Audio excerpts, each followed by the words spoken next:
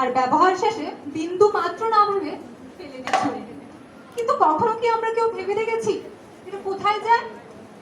মাঝে মধ্যে সরকারের উদ্যোগে নানা জরুরি ঘোষণায় শোনা যায় যে প্লাস্টিক ব্যবহার ব্যান্ড করা হয়েছে, প্লাস্টিক ব্যবহার বন্ধ করুন, প্লাস্টিক ব্যবহার কমান।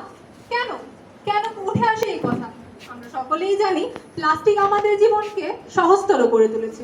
তাহলে যা আমাদের জীবনকে সহজতর করে তুলেছে তাকে কেন বলা হয় ব্যান্ড করার জন্য? কেন তার ব্যবহার কমানোর জন্য বলা হয়? তাহলে আজ আমরা সেই প্লাস্টিকের কালো দিক সম্পর্কে জানবো।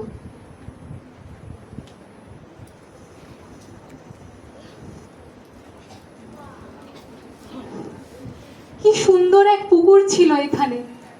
আমরা যখন ছোট ছিলাম কত মাছ ছিল, আমরা মাছ ধরতাম।